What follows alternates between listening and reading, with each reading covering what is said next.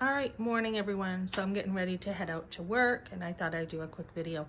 Don't ever let others talk down to you, ever. So my husband seems to have a problem with thinking the worst of me. All the time we had a situation, he would somehow default on thinking the worst of me.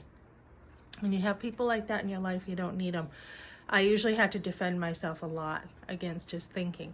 Another thing is take back the, what do I want to call it? The criticisms people have said about you. Take it back. So one criticism was I had this landlord hitting on me, my grandmother's landlord.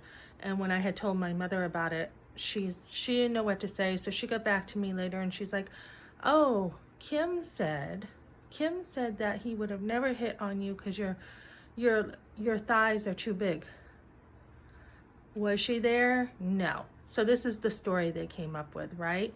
So it happened, but they didn't want to admit it. And and then I had a mother who would put me down. She would put me down in a way that I wouldn't even let a stranger talk to me that way. Never mind even a friend.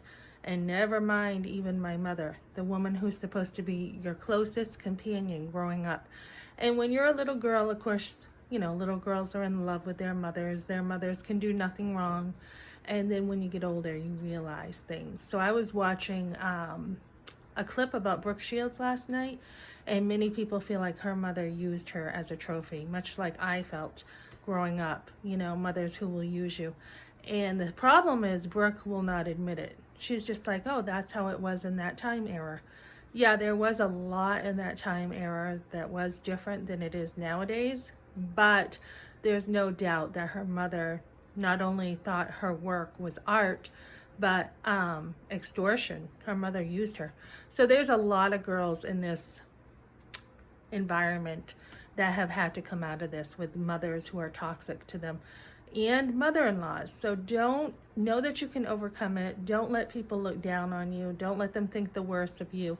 And if they do, it's truly their problem.